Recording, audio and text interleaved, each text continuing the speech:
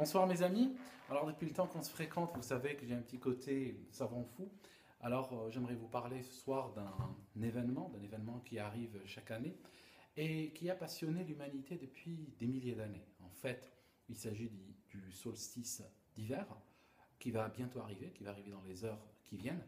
Et j'aimerais prendre un moment pour essayer d'expliquer à ceux qui ne le savent pas encore ce que c'est exactement le solstice d'hiver. Alors, pour comprendre le solstice d'hiver, il faut comprendre le mouvement, comment va se dérouler le mouvement apparent du Soleil autour de la Terre. Nous sommes sur Terre et nous voyons le Soleil qui se déplace. Alors, si on reste au même endroit, on voit le Soleil se lever, le Soleil se coucher. J'aimerais qu'on fasse autrement, parce que l'idée de la nuit et du jour sont des idées qui correspondent finalement à un phénomène extrêmement local. Parce qu'en fait, sur Terre, il y a toujours, éternellement, il y a toujours un endroit. Vous pouvez toujours trouver un endroit où il fait jour, vous pouvez toujours trouver un endroit où il fait nuit. La variation jour-nuit est une variation qui correspond à un endroit précis. C'est totalement local. Si on dézoome et on regarde au niveau de la Terre, il y a toujours une face de la Terre qui est éclairée, il y a toujours une face de la Terre qui est dans le noir et ça change tout le temps. Donc, je vous donne un exemple pour illustrer cela, parce que c'est très important de commencer par là pour comprendre ce qui va venir. Si vous prenez un avion de Paris, vous allez vers New York, vous pouvez prendre un avion, par exemple, au milieu de l'après-midi. L'avion va voler pendant peut-être 7-8 heures, et vous allez constater que le soleil ne se couche pas. En fait, il va se coucher, mais très très lentement, parce que l'avion va dans la même direction apparente que le soleil. Le soleil va vers l'ouest, et l'avion est en train de le suivre. On peut imaginer un cas, par exemple. Si on prend un avion, on va dire un avion rapide, avec comme des jets militaires, par exemple, qui sont capables d'être ravitaillés en vol, qui sont capables de voler sans jamais s'arrêter, parce qu'ils pourront toujours ravitailler en vol, et que ce jet vole à bonne vitesse vers l'ouest, il est tout à fait possible d'avoir une situation où, jour après jour, il va tourner, toujours en suivant le soleil, et il fera éternellement jour. Il ne verra rien, il ne verra aucun phénomène qui s'appelle la nuit. Jusque-là, on est OK. Je vais dessiner la Terre. Donc la Terre est un cercle comme ça, à peu de choses près. On a ici l'équateur, d'accord? On a ici le pôle Nord, et ici on a le pôle Sud. Je vais représenter cette expérience d'avion qui vole vers l'ouest pour essayer d'avoir tout le temps le jour. Alors, imaginons que cet avion parte au mois par exemple, au mois d'août, parte à un endroit donné, parte d'ici par exemple. Et puis, il va partir vers l'ouest, en suivant le soleil, pour qu'il fasse tout le temps jour. Alors ce qui va se passer, c'est qu'au fur et à mesure qu'il fait des révolutions autour de la Terre, n'est-ce pas, il va tourner une fois en 24 heures, il va constater un truc extraordinaire. Il va constater que le soleil est en train d'aller, non pas seulement en train de tourner autour de la Terre, mais il va constater que jour après jour, le soleil est en train d'aller vers le sud. Ici, notre avion va partir d'un endroit où les pilotes pourront observer le soleil directement à la verticale. Ils seront à la verticale du soleil. Et qu'est-ce qu'ils vont faire? Ils vont voler de manière à maintenir cette verticale. Et alors un truc extraordinaire, déjà après une seule révolution, après un seul tour, donc une journée, ils vont déjà voir que pour maintenir la verticale du soleil, il a fallu qu'ils aillent de quelques kilomètres vers le sud. Et chaque jour, il va falloir qu'ils aillent de quelques kilomètres vers le sud pour maintenir toujours la verticale du soleil.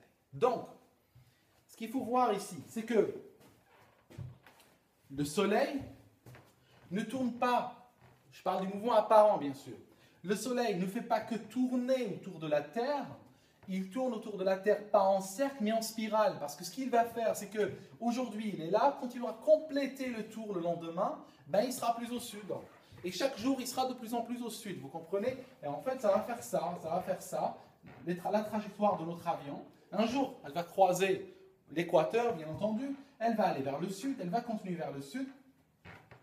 Et ce qui va se passer, c'est que si vous observez notre avion pendant un an, si notre avion reste en l'air pendant un an sur le soleil, il fera pendant un an jour constamment, eh bien, qu'est-ce qui va se passer? C'est que vous allez constater que le soleil, la verticale du soleil, va rester dans une zone de la Terre. Elle va rester dans cette zone-là. D'accord? Ça, c'est le point le plus au nord. Ça, c'est le point le plus au sud. D'accord? Cette zone, on l'appelle la zone tropicale. D'accord? Les tropiques correspondent aux endroits où il est possible, un jour de l'année, d'avoir le soleil exactement à la verticale. Si vous êtes hors des tropiques, si vous allez là par exemple, ou vous allez là par exemple, il n'y a aucun jour de l'année où vous pouvez voir le soleil à la verticale. C'est absolument impossible. D'accord? Alors,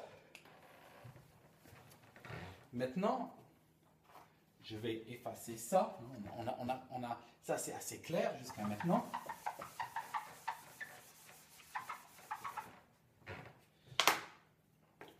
Je complète ma terre. Voilà, j'ai ma terre et j'ai l'équateur. Alors,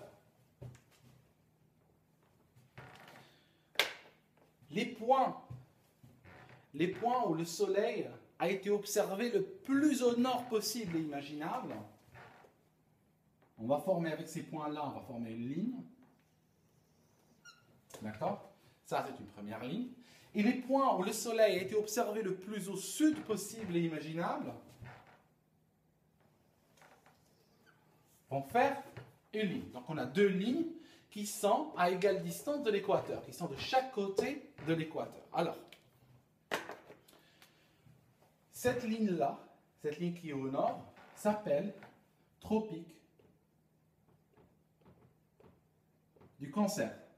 Ça, c'est le tropique du Cancer. La ligne qui est le plus au sud s'appelle tropique du Capricorne.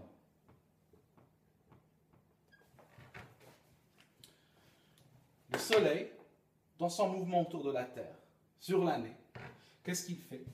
Il semble faire quelque chose comme ça.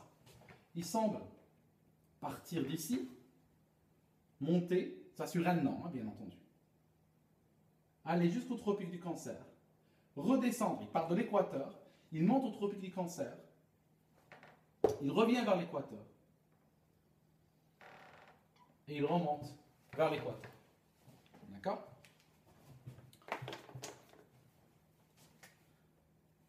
Alors, juste pour vous montrer un truc, là, on est à Londres, par exemple. Paris, ça serait un peu plus au sud. Et Londres,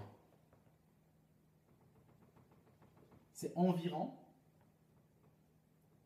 40 degrés de latitude nord. Alors, c'est quoi la latitude? Je fais des dessins justement pour éviter d'utiliser des mots, parce que très souvent, quand on entend les explications au sujet de...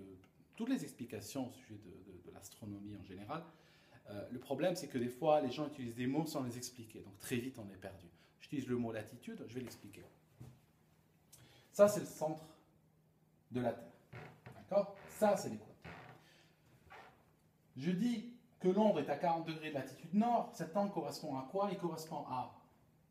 On part d'ici, de l'équateur, on va au centre de la Terre, on repart vers l'autre. L'angle qui est formé ici, eh bien, il s'appellera par définition latitude. La latitude. Donc ici, quand on est au nord de l'équateur, on parle de latitude nord.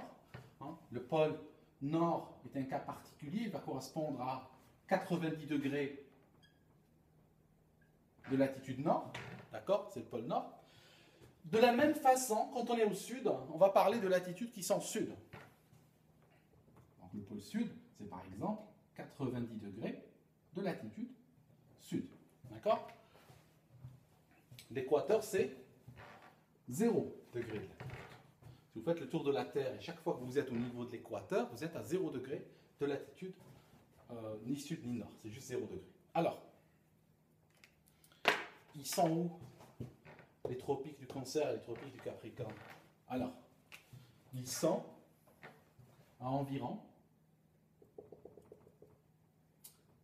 23 degrés.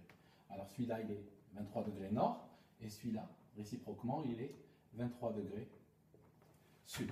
Donc le tropique du Capricorne est 23 degrés sud. Alors, c'est quoi l'idée du solstice d'hiver? Parce que c'est cela dont il s'agit aujourd'hui. Alors, le solstice d'hiver, si vous voulez, c'est le moment où le soleil touchera le tropique du Capricorne. Quand le soleil arrive à ce point, si vous êtes en train de suivre avec votre avion le soleil et vous le gardez toujours à la verticale, vous faites le tour de la Terre tout en allant au sud, chaque jour, jour après jour, vous allez voir qu'il y a un jour où vous arrivez le plus au sud possible et le lendemain, vous commencez à repartir vers le nord. En fait, littéralement, si vous voulez, le moment du solstice d'hiver, c'est pratiquement comme un ballon. C'est le soleil qui va faire, si vous voulez, la trace du soleil va faire comme un ballon qui va taper contre un mur et rebondir. Donc c'est littéralement le soleil qui va arriver au point le plus au sud possible. Il va rester quelques instants à ce point-là parce qu'immédiatement après, il commencera à repartir vers le nord. Ça signifie qu'un jour plus tard, un jour après le solstice d'hiver, vous faites le tour et vous êtes déjà plusieurs kilomètres plus au nord que ce point-là. Donc c'est un point qui est pratiquement le soleil durant le solstice d'hiver. Il ne va pas suivre le tropique du Capricorne sur toute sa longueur. Il va juste le toucher à un endroit donné. Là où il touche, ça définira le tropique du Capricorne, mais le soleil ne va pas le suivre. Il va immédiatement commencer à repartir vers le nord. Alors,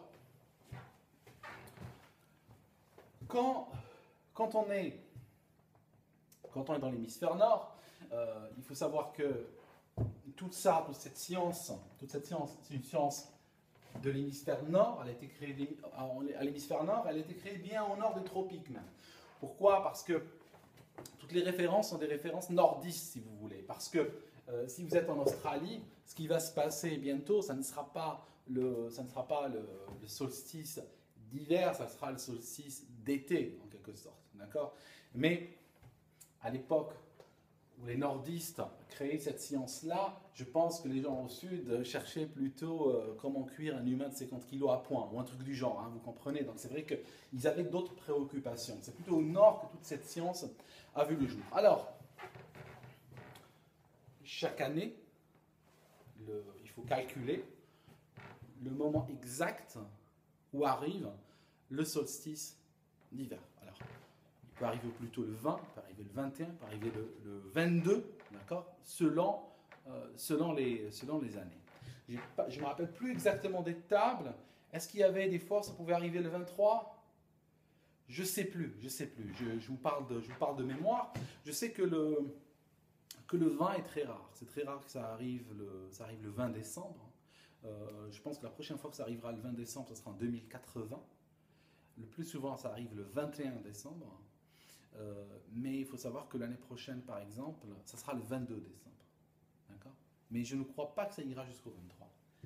Alors, ce qui se passe, c'est que cette année, si je prends l'année 2014, le point le plus au sud que va atteindre le Soleil va se situer quelque part vers la ligne de changement de date. Parce que, alors la ligne de changement de date, juste pour vous expliquer rapidement, si je prends la Terre vue de face comme ça, oui, bon, c'est une Terre. Ici, cette zone-là, bon, là c'est ma Terre, ça c'est le pôle Nord, ça c'est le pôle Sud. Ça, c'est le méridien de Greenwich, ok? C'est le méridien de Greenwich. Londres est ici, toujours. C'est le début des longitudes. C'est le début des longitudes.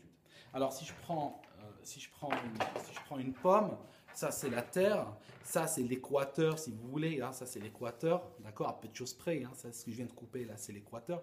Alors, ça, plus au nord, bien au sud, c'est ce qu'on appelle les latitudes, d'accord. Et ici, je vais couper comme ça. Ça, c'est ce qu'on appelle le méridien de Greenwich. Alors, ce méridien-là, c'est ce qui va représenter, si vous voulez, le début, le zéro, d'accord? Ça, c'est le zéro des longitudes, d'accord?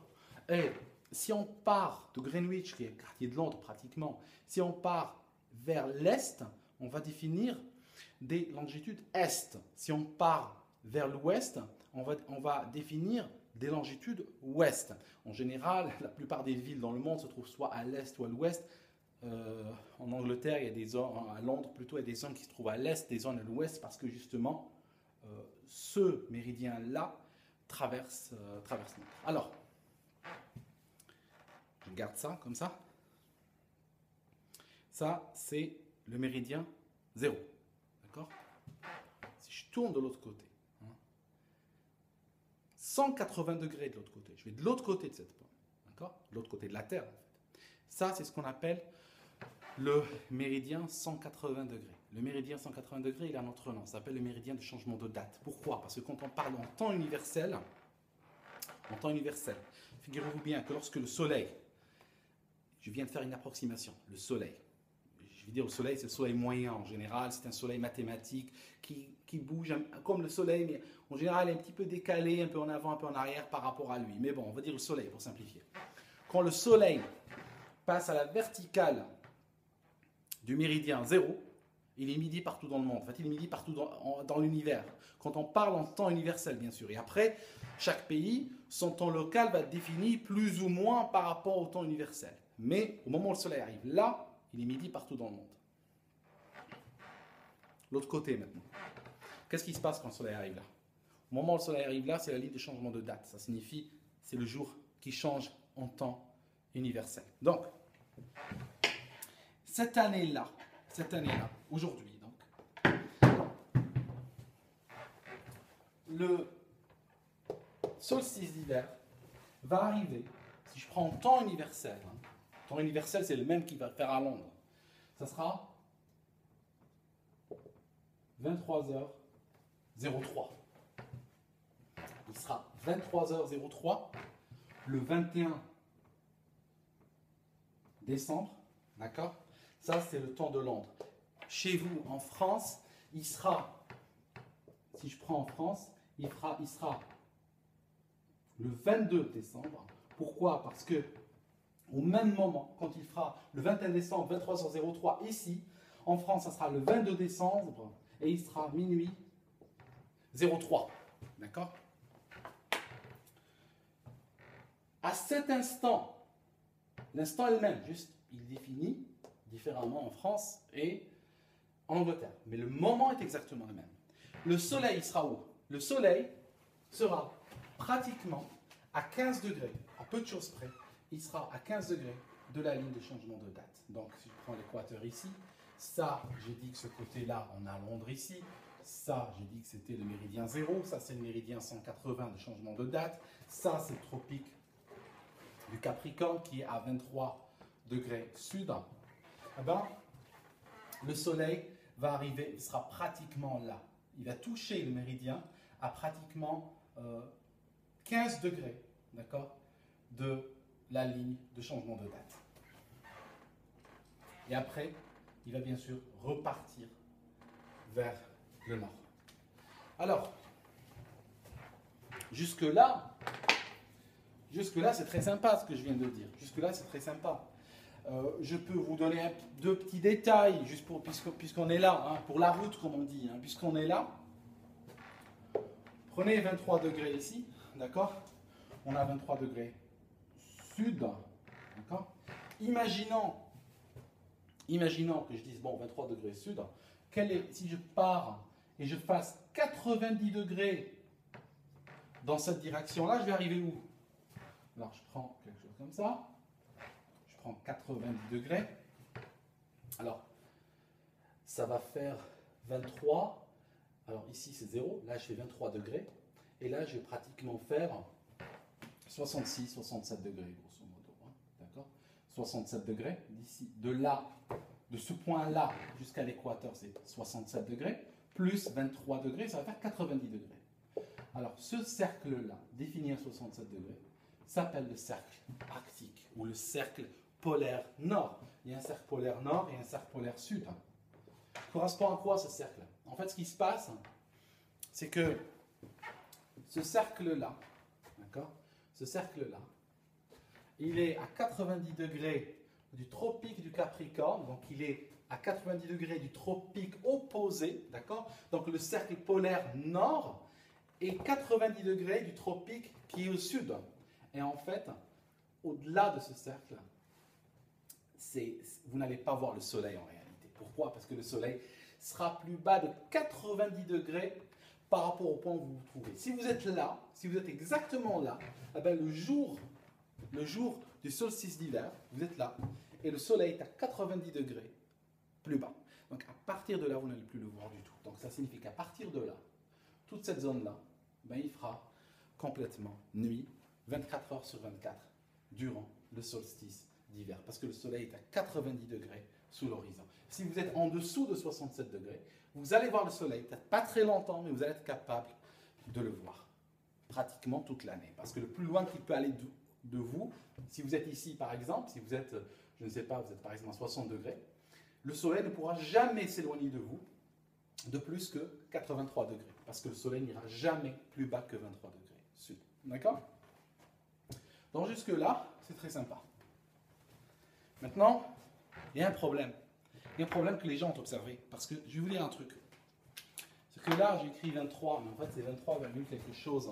C'est 23, quelque chose. En vérité, cette année-là, c'est 23. Aujourd'hui, cette année, en 2014, c'est 23,44 sud et 23,44 nord. D'accord? Mais il y a un gros problème que les gens ont constaté.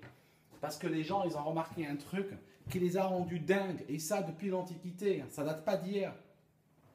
C'est que cette valeur-là change. Cette valeur-là n'est pas la même d'année en année. Elle bouge un peu, elle ne bouge pas beaucoup, mais elle bouge un peu. Et là, les gens sont devenus fous parce que, quel que soit le système que vous imaginez, si vous imaginez que la Terre tourne autour d'elle-même, qu'elle tourne autour du Soleil, qu'elle est inclinée, tout ça, on veut bien. Mais tout ça nous dit que l'angle doit être exactement le même chaque année. Or, l'angle, il change. Je vous montre un truc. Ça, je n'ai pas trouvé équivalent pour le tropique du Capricorne. J'ai trouvé pour le tropique du Cancer. Je vous montre cette capture d'écran, cette photo. Ceci se passe au Mexique. Et regardez, en 2005, ils ont mis un panneau marquant la position du tropique du Cancer. Et qu'est-ce qui se passe? Eh ben, en 2006, le tropique du Cancer est là. Il est allé vers le sud. Et en 2007, il est là. Et il bouge. Il bouge d'environ 15 mètres par an. Mais ça varie en fonction des années. Mais ça bouge tout le temps. Pendant que je vous parle là, on est à une époque où on constate que les tropiques, année après année, bougent les deux vers l'équateur. Ça signifie qu'en réalité, la zone tropicale est en train de diminuer de taille. Les deux tropiques, année après année, sont gentiment en train de s'approcher de l'équateur. Ce qui veut dire pour nous que le soleil est en train d'aller vers l'équateur. D'année en année, il reste de plus en plus proche de l'équateur. Alors, 15 mètres par an, ça ne sent pas beaucoup. Le truc, c'est que 15 mètres ici, 15 mètres ici, 15 mètres là, ça fait 30 mètres. Et ces 30 mètres sont en train de réduire par an de 1100 km² la zone tropicale. En fait, la zone tropicale est en train de se rétrécir de 1100 km² chaque année. Et ceci a une influence énorme sur le climat de la Terre. Le climat de la Terre change tout le temps, mais rien que le fait que les zones tropicales sont en train de se rétrécir va exposer la Terre à un ensoleillement différent. Et donc, bien entendu, le climat de la Terre change. Enfin, il n'a fait que changer. Alors, le truc, c'est que les tropiques vont aller